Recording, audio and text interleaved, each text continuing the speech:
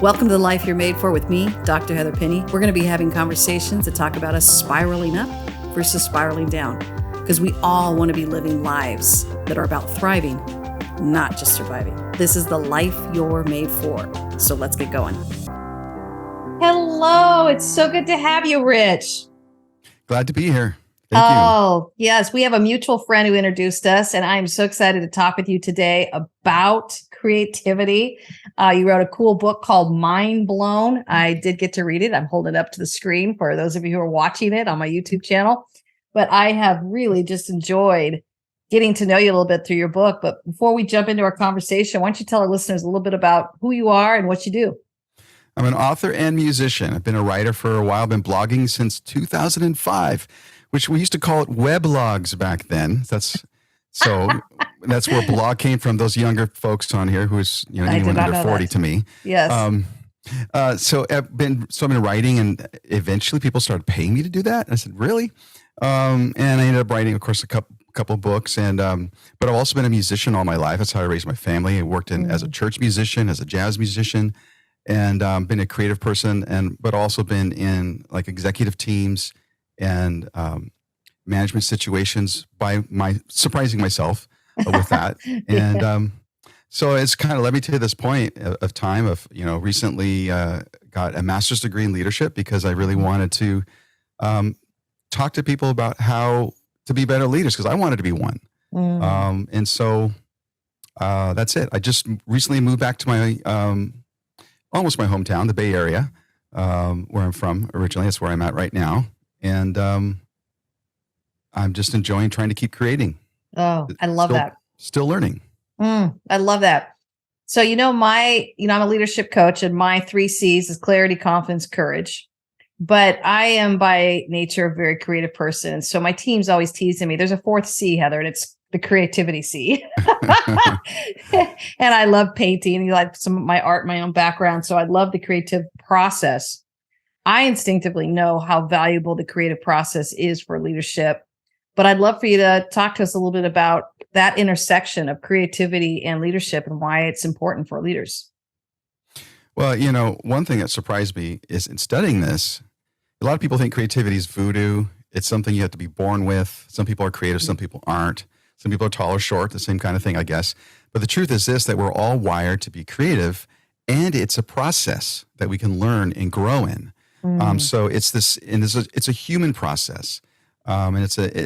And there's people in the study of it who are anthropologists, sociologists, business schools, of course, the arts, which we would expect that hopefully.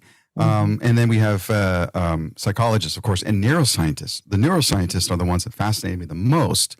And the intersection of this is really that to lead well, you have to be willing to shift mindsets. And so my book, the subtitle is Unlock Your Creative Genius by Bridging Science and Magic. Science and magic, are metaphors for basically what I call the robot and wizard. We have these 2 sides, 2 people. Some are robots and wizards, but we're kind of both in a way.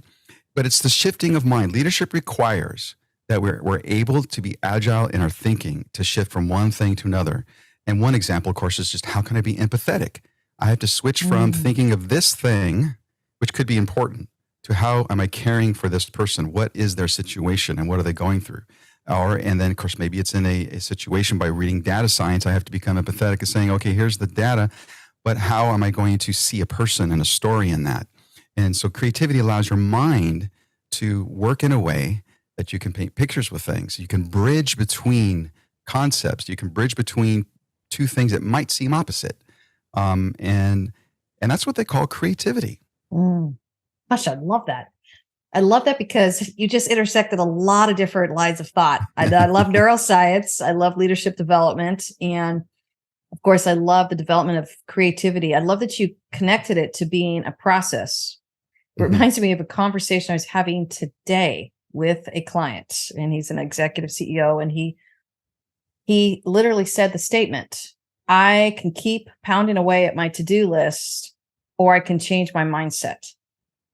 But the to-do list feels a lot easier because the mindset still feels so hard. So when you said mindset as a creativity thing, I was like, and connected it to agility, I go, Yes, that's exactly what Yeah. our leaders are experiencing of, I don't have the time to slow down and be a creative, but it's a false belief, right? Yeah. They're actually spinning their wheels and making more issues and more time, and they're wasting more time, and they instinctively know it. They're smart enough to know it, but they come to the end of that space and say, well, I don't know what else to do.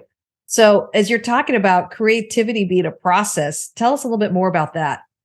Well, back to what the neuroscience of this is. Yeah. Basically, when it comes to creativity, there are two mindsets or ways of thought that are central to the creative process. There's what we call divergent thought and then convergent thought. They're actually brain networks. You can call them default mode network and the executive function network.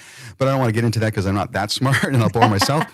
But just think of it this way. Divergent is when you start with one place and you go to many different places. It's kind of taking the break off or opening the doors a little bit to let things in.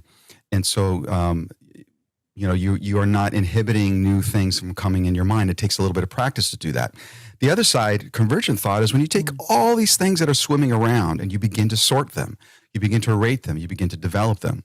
And so those two ways of thinking and bridging those is how you define a person who's really creative, because they can start, okay, now I'm in the mode of idea generation and I'm gaining new thoughts and ideas and so forth. And then you come to a point where you transition to you have to sort them out. Okay, now what am I going to focus on?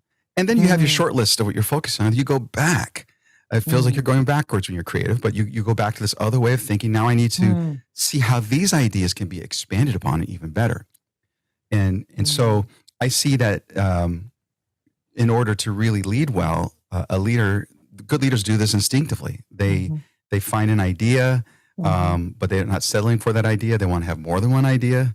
Good bosses I work for say, okay, what else, Rich? What else, Rich? And so you come up with not just, a binary choice, you come up with a lot of choices. The science says this, which I thought is fascinating, that the more ideas our brain is trained to come up with, the more quality ideas we come up with. So it's not just because you come up with 100, you get 10%.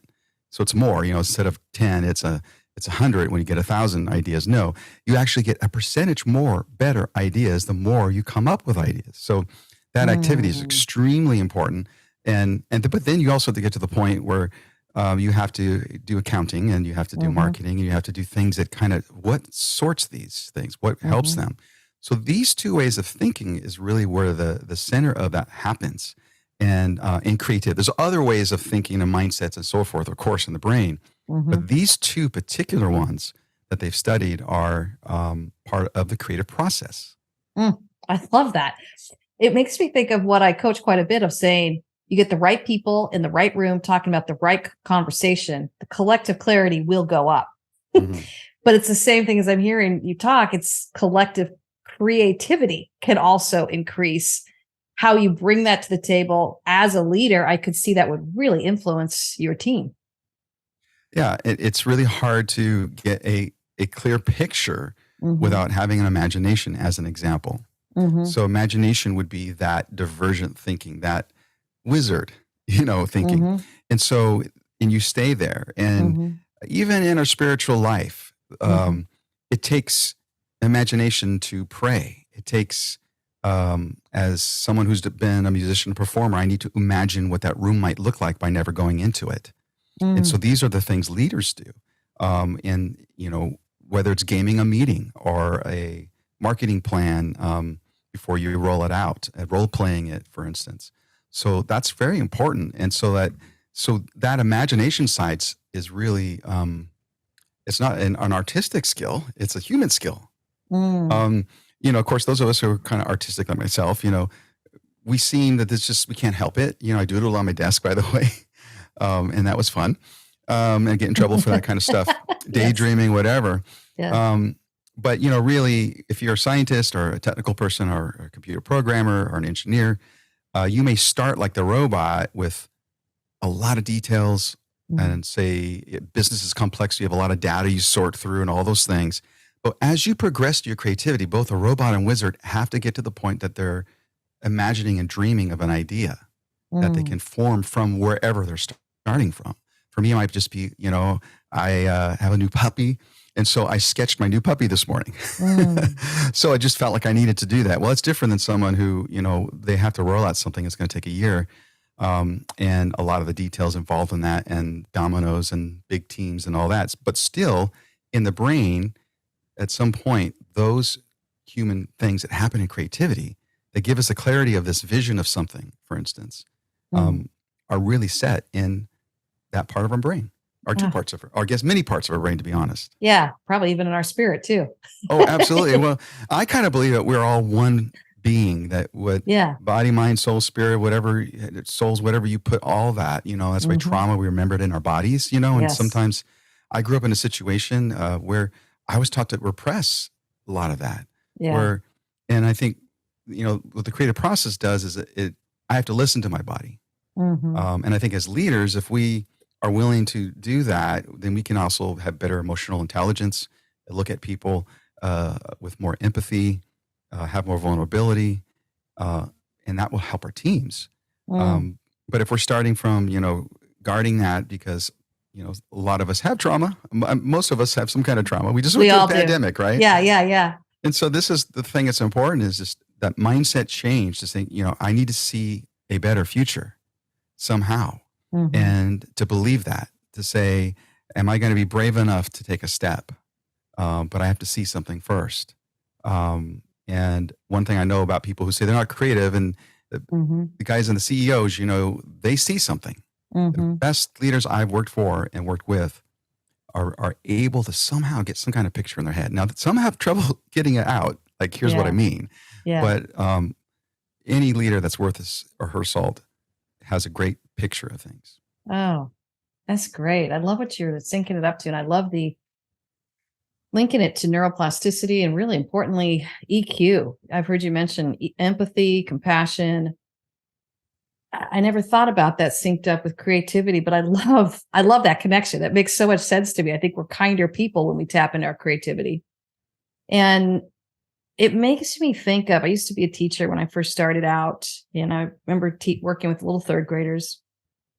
And here I am now, full circle, working with adults and high-powered executives and leaders who are just busy and working. And a lot of times when I do retreats, in fact, I'm doing one tomorrow where I'm going to be bringing in creativity, because I believe that's connected to our clarity. But it makes me wonder this, and I was curious if you had any thoughts on it. You don't have to teach a little third grader to be creative, or a little first grader to be creative.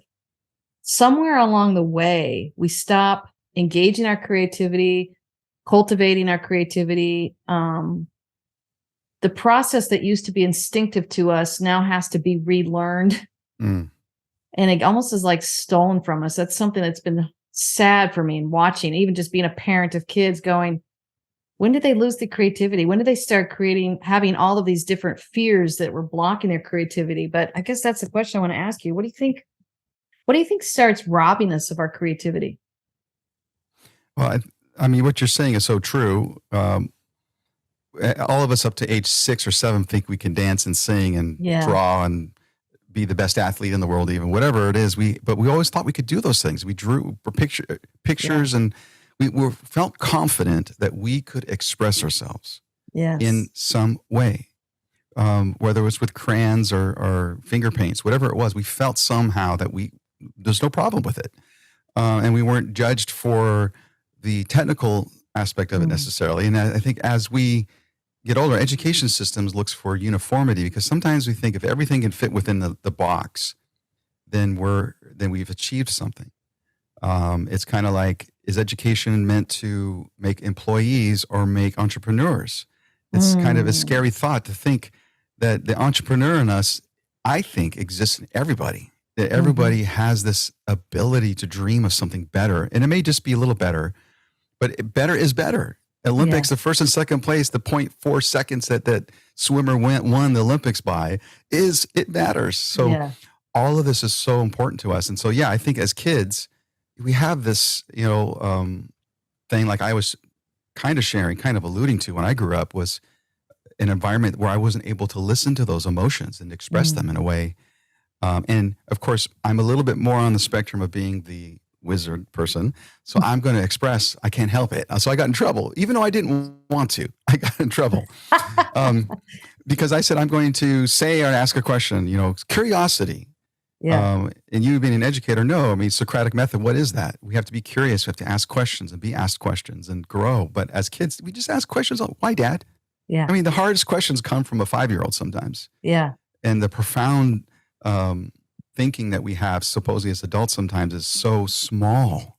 But I don't think it's becoming exactly fully a child again that we need to go back to. I think it's kind of a both and. We need to have, this is where the robot and wizard come in. We can go back to that wizard kid as we're the robot having to deal with numbers and deal with structures and deal with the constraints around us. And somehow both of those can exist in the same space if that's who we are. Again, it's a bridging those things. It's kind of my message is how do we then bridge these things and I call that kind of learning to embrace the awkward, because sometimes as a child, you learn that you're not good at something eventually. But how are we coached through that? How are do we allow that? I just had a great conversation about psychological safety. It's a business studies that have been done about this. How do we help an environment where people can ask really tough questions like a kid would without even thinking? Yes. Like, Dad, why are you fat? Why are you fat? That's a tough question. The kid doesn't know, but it's willing. There's a freedom to have like a child. I think being psychologically safe is an example of where we take that away as we go into the corporate structures and the leadership structures we're under. And we have groupthink because everyone thinks someone else is going to speak the truth about what's not working. But the team is smart enough. And the leader probably likely wants to know those things, but somehow that's what's missing. And the more people that are able to have psychological safety, for instance, the more that they can, come up to the boss's desk and say, hey, this is going to ruin us. And even if they're only 50% right, they need to have a voice. So I think we lose our voice. We lose the kids. Kids feel like they have a voice. They can draw. They can just create. And then we somehow, either it's internal insecurity or it's external. We lose that ability to just express. I love that. Safety, over focus on uniformity. And it makes me think too of just the way I talk about is holding tensions. And I think this is part of adulting. I love that you said you can't be a kid again, because I go, there's a piece of me that gets a little annoyed with that response, right? You're like, I'm sorry, but I'm a 53-year-old woman. I cannot be 12 again. And my world does not let me be that. But I think you're right on. I think there's a way to infuse it and integrate it into our every season in life. And it's going to have a little different face, but isn't that the essence of creativity? It's going to be different in how we engage it and foster it and really pull it out in ourselves. Well, we have to recreate ourselves. There's a term, in the Christian church called spiritual formation. There's a forming. That's me making. Yes. We are partners in that. Yes. In our life, in our personal growth, we have to somehow make decisions that are going to move us forward. I used to sit with this wonderful group of guys that were all very successful, so much so that they had the best cigars. And I love the cigar, especially the ones that they could afford. And they knew here, Rich is a writer kind of a guy. And, so we give him one for scraps, or Cuban cigars out of scraps. And these were the greatest group of people, but they were kind of done. They didn't have to recreate life anymore. And I felt like somehow in me, like, you know what? That's not what I want. And then, of course, no matter what we feel like, and every one of those guys in that group has probably experienced this since then, some event will happen where you're going to have to create a new life. Yeah. That's just part of what life is. And it's not just about fixing a past trauma or something. Our trauma has to be relived and recreated anew. Our healing has to I have to be healed at this decade in life, just like a 40-year-old had to be healed in his decade in life. Yes. And so I take it with me. I'm not like, I don't rip things apart from me, out of me. All that's happened to me and in me, in my body, in my mind, I have to recreate with that. It's kind of this one researcher called it this way. There's a difference in creating from intention to invention. Intention means here's what we want to intend. And that always gets boring. Like if we have like a prescribed thing, it's not really creative for us, right? But invention's the idea that what's around us is kind of like a shipwreck. You go scuba dive down in there, you find the treasure. And our life is a treasure. What we have around us as friends is a treasure. People like the guy who introduced us, he's a treasure. Jason, you're a treasure. Yes, Jason, thank you.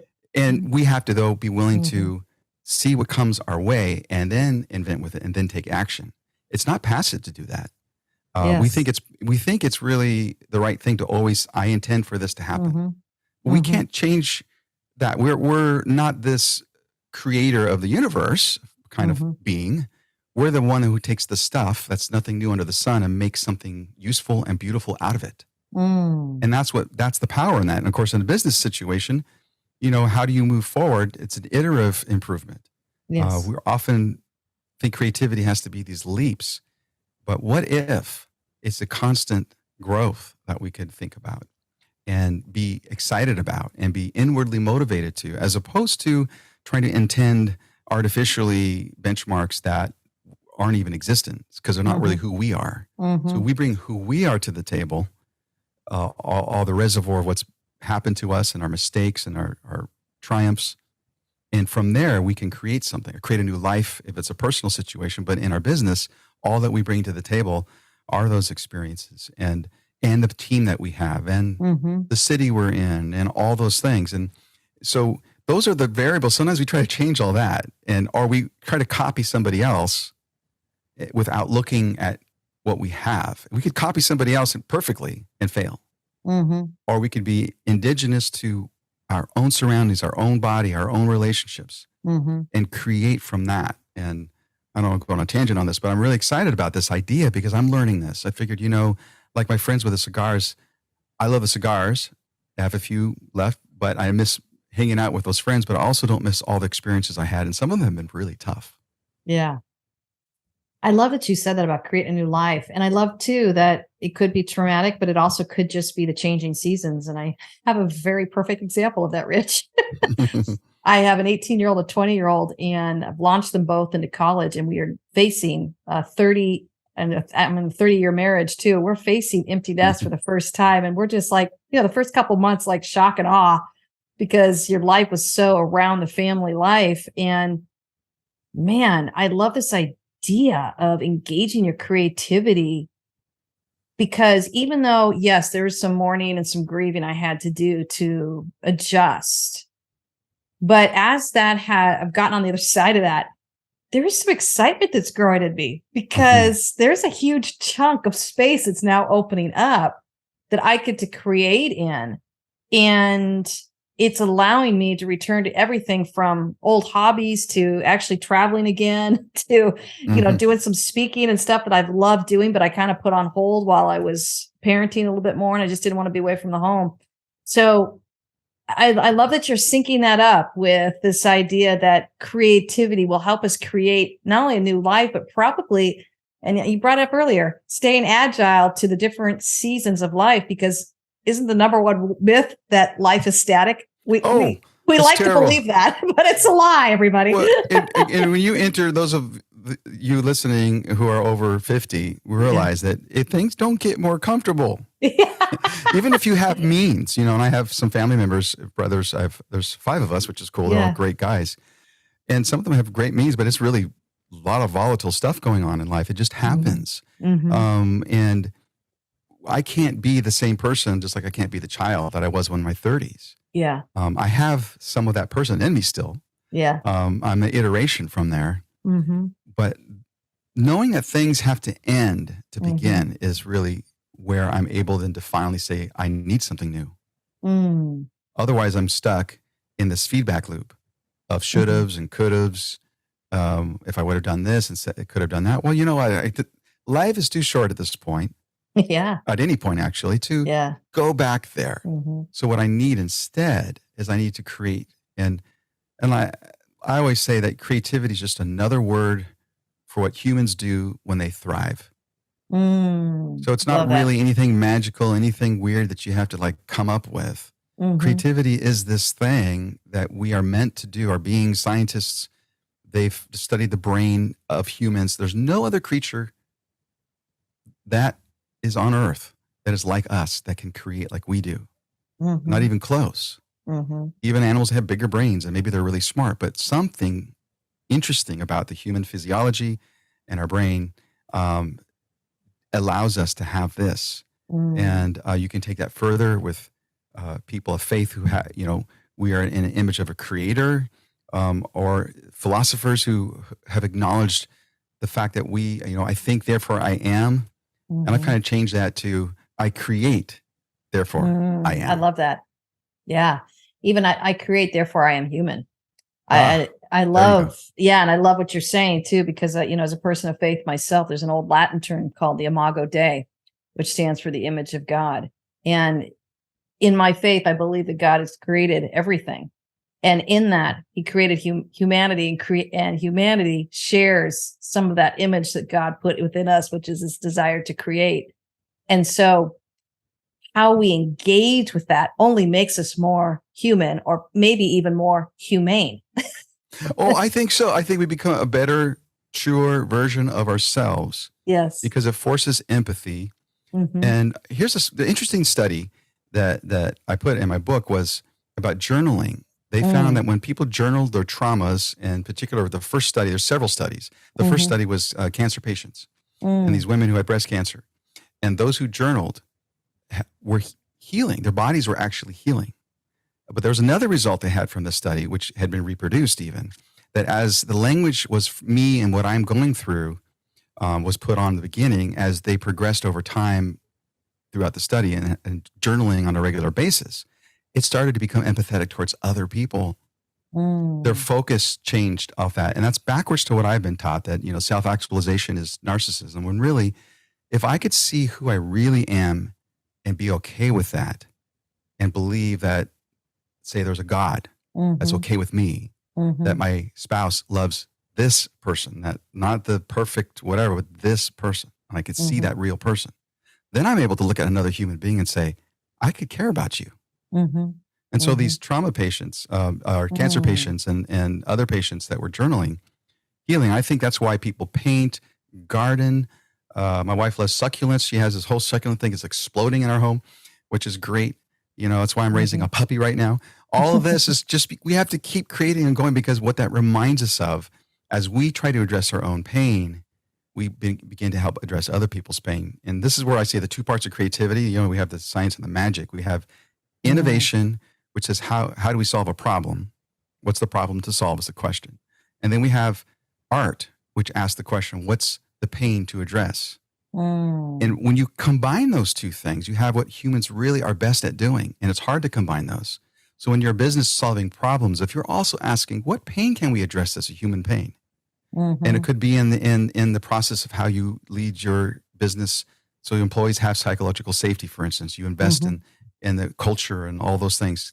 That's great. It's not just a business, in other words. It is a business, but it's not just a business. And then me, when I create something, it's not just a puppy. Now I have a companion.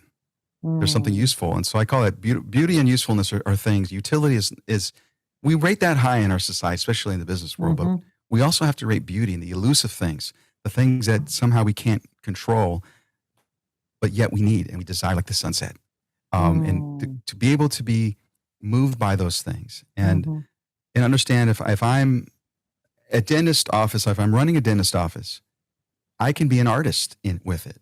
Not that I'm an artist with paint or with music, but people can get meaning from what I create in my business processes and how I take care of other people, whether it's my employees or whether it's my clients. And that's the thing, I think, where creativity intersects with the best of what we are as humans meant to be. And of course, we all know there's a dark side. And this is why war, I think, is the most evil thing, because it, one, destroys what people create. And two, it ends the life of people who create. And so we have this really bad things when we have those things happen in the world. Because when we can create more, we can be more. It's not a zero sum. It's not a zero sum if, you paint and I decide I want to paint and I get almost as good as you. That's a great thing. Both are winning. And I think that's kind of the best of it. Of course we have competition and there's only so many, days on the calendar and all that kind of stuff, or space, time and space. But within the constraints of time and space is where miracles actually happen. They don't happen just nowhere. They happen Mm-hmm. on a GPS position. Mm-hmm. They happen on a date on a calendar. And those magical things that we look for in creativity are like that. And so if somebody here's listening and think, well, I'm kind of the robot, I don't feel creative, I'd say, hey, you're meant to be creative. In fact, the fact that you are a robot might make you awesome at it. Mm-hmm. Gosh, I love that. It really helps me understand myself with journaling.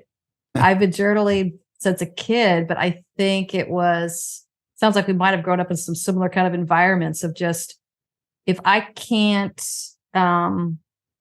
connect with my emotions outside of myself, well, then I've got to try and figure out creatively how to access them internally. And that gave me my sense of self. And I believe that's what really helped me form my identity and move me into so much of what I do in this life. And I still journal to this day. And I've taught my kids to journal. And I'll even journal back and forth with them. That's sometimes just to be able to have a writing exercise back and forth where they get to tell me stuff. And to your point earlier, judgment is probably the enemy to any kind of creativity. So in that safe space, I just say, Mom will never judge you. You just get to tell me anything you want, however you want, and it gets to be a conversation. Because I'm sure I judge my kids with in the attempts of trying to train them and wanting them to feel prepared for this world. But journaling became an exercise that became very safe. And you've mentioned psychological safety. I think for our listeners, I do want to reference Amy Edmondson, who I'm not sure if she came up with it, but she did an awesome TED Talk on it.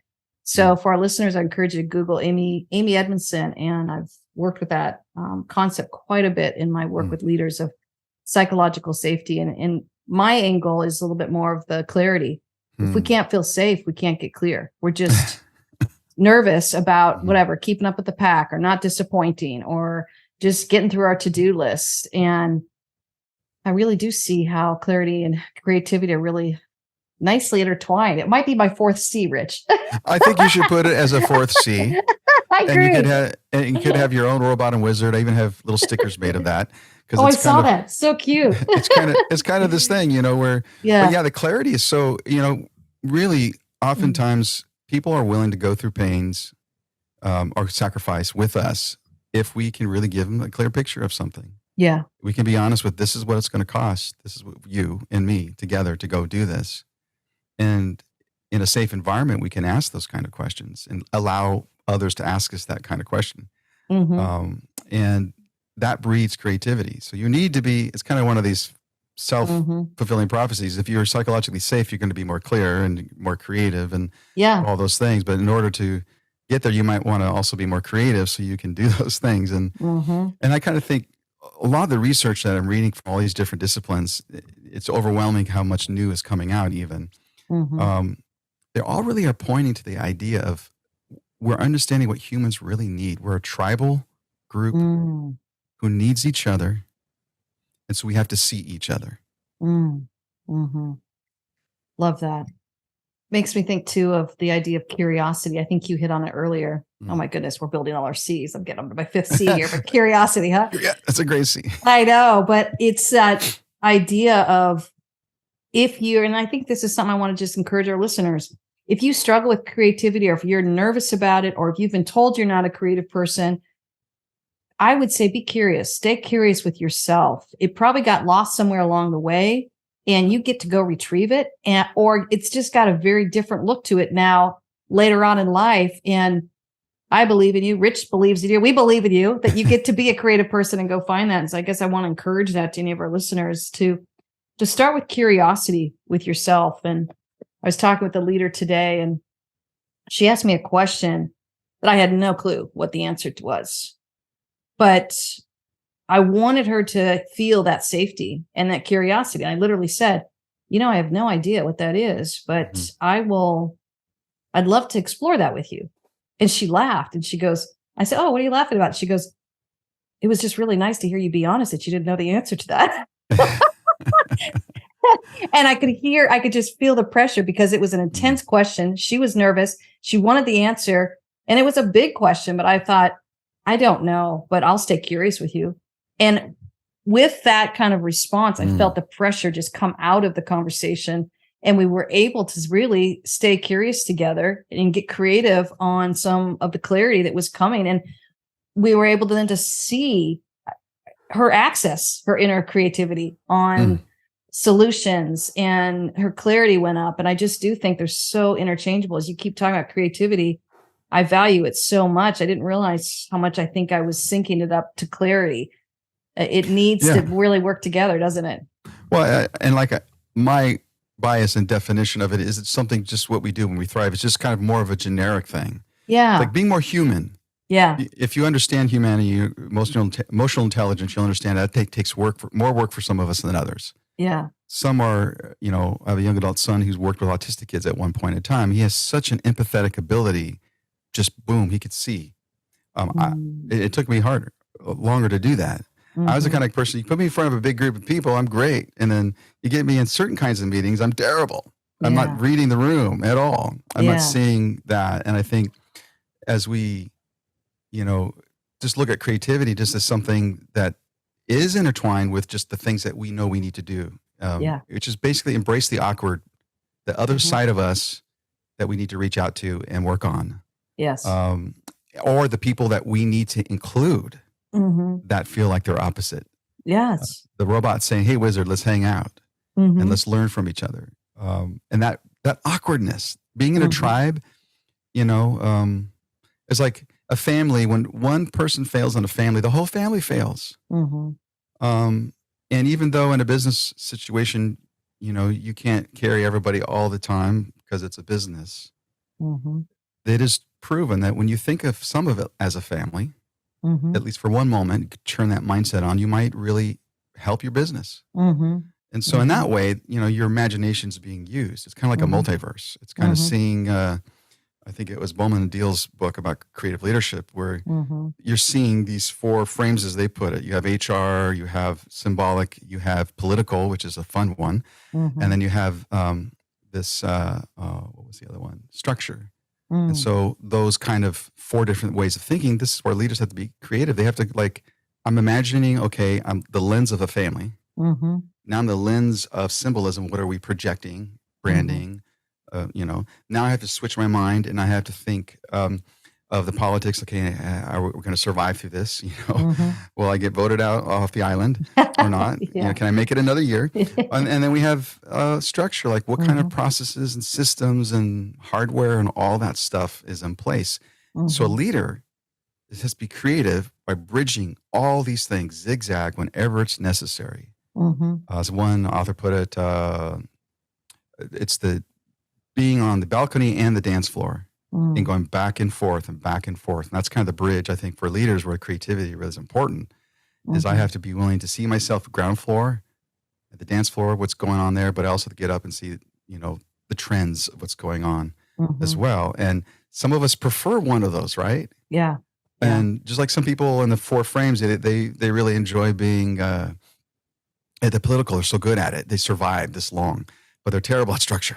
Yes. Yes. And there's people great at structure, but then they're not going to last because they're not listening. Yeah. So all that, and that's the clarity thing, is really being able to switch whatever lens you need to see with still being who you are, still having your conscience, still having all that you need to do and be, but then also creatively looking and putting your feet in other people's shoes. Yes. I think there's some false beliefs. I'm going to use that term just because my listeners are probably familiar with it, but there's some false beliefs around creativity. And here's some of them. I think we touched on it, but I wanted to just be real clear about it. Creativity is not as important as productivity. It's a false belief I hear quite a bit. Creativity doesn't pay, because in a money-driven society, we want to make sure it gets the payment. Creativity slows you down. Creativity is only given to you on a case-by-case basis. Not everybody has it. So these are some false beliefs that I think we talked about in our conversation, which, of course, I'm encouraging listeners to flip it and make them into true beliefs. Creativity is the heartbeat of our success. Creativity does generate so much connection as you're speaking to it. And I too believe we're all connected. One response from each one of us has a ripple effect.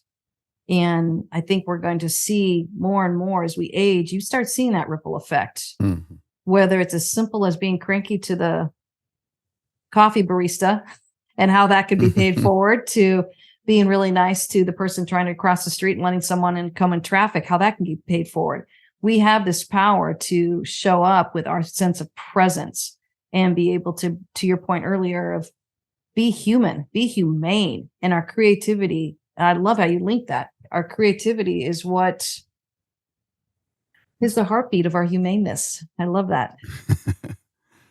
As we wrap up, Rich, I'm not even going to ask you if you do this, because this is what I've learned, and I've done thousands of interviews now and talking to people and clients. One of the things I've learned is that people who are living intentional lives start their morning in a very intentional way. And everybody has their own morning ritual. I'm going to ask you, what's your morning ritual? My morning ritual is making coffee for my family, or especially my spouse. Mm-hmm. And then my son, whenever he's around and can, we sit and have coffee together early. And he's a young adult still living with us. And so it doesn't matter. He'll get up and have that conversation with me. And my wife, who's an educator, has to get up super early. And so, she gets her coffee and then I get mine. And somehow me doing this small thing that keeps everyone addicted, of course, to me, because I make the coffee, is a way of serving others and myself. It's kind of a nurturing thing that I like to do. I love coffee, but I think every day, at least 2 or 3 times in the morning, I will be performing the barista function. Saving us from Starbucks, which I don't mind people going out and getting started. That's great. But go to your local business, though, if you can, too. There's a lot of nice shops all over. Agreed. Yes. But that's the thing that I love to do. And the conversations, my son is senior year. He was at a charter school, and my job allowed me to be home in the mornings at that point in time when he was last year of high school. And we spent every morning that particular school year doing that, having coffee. And so now we don't get to do it every morning, depending on our schedules. But I think that's something that's important, a habit that's not just me. And of course, if it's just me, I'm going to make coffee anyway. Yes. So it's somehow this, I went to Ethiopia in 2010 with a friend's nonprofit. I was writing as a writer, just try to give them some support. And they have a coffee ceremony there that just moved me. That it's part of their culture. I don't know if that was around the same time I said, there's more to this. You're basically drinking earth. It's dirt, is essentially, once you roast the thing. Yes. And it's wonderful that it provides, smells, but the connection is really the habit. Yes. The habit is I'm connecting to my spouse, and I'm connecting to my son or whoever else I get to be with my thoughts and prayers, even in that particular time in the morning. And I'm not a morning person. Oh, that's beautiful. I was literally thinking of yet another C, connection. I go, oh, it's the connection, as you were saying that. And my husband and I used to own a coffee shop, and he used to roast all the beans. And so we are very familiar of all the different kind of roasting styles and just the connection and really the community that came around coffee. Good heavens. Look at all these C's I just got in there, Rich. Oh, in coffee, Yeah. Just don't put content on the end of that, then you'll be. Oh, it's been such a pleasure talking to you today. How about we leave our listeners with an encouragement? What would you like to encourage people? And I hear this all the time. Oh, I'm just not a creative person. What would you like to encourage people with that are probably listening to this and maybe struggling with either being judged in their creativity or believing that they don't have creativity?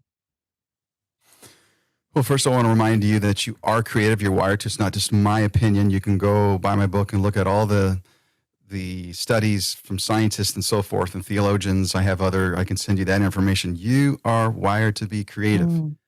Just because you are not like another person's creativity doesn't mean you don't have that in you to create a life and a world for yourself and those around you. You can do that. And once you start doing it, I always put a hashtag keep creating. Love that. Yes. And I want to reinforce what you taught us a little earlier about creativity as a mindset. Love that. So thank you so much for coming on the show today and just talking to us and sharing a little bit of your wisdom and what you've learned about the creative process. My pleasure. Take care, everyone. We are cheering you on. Thanks for joining us. We had such a great time today. And obviously, we are all stepping into this life that we're made for. But isn't it nice to have a little bit of support along the way? If you want to find out more about the life that you're made for, come find me at heatherpenny.com. Go ahead and subscribe. Give us a review. That really helps us out and helps spread the word. You get to step into the life that you're made for. Cheering you on.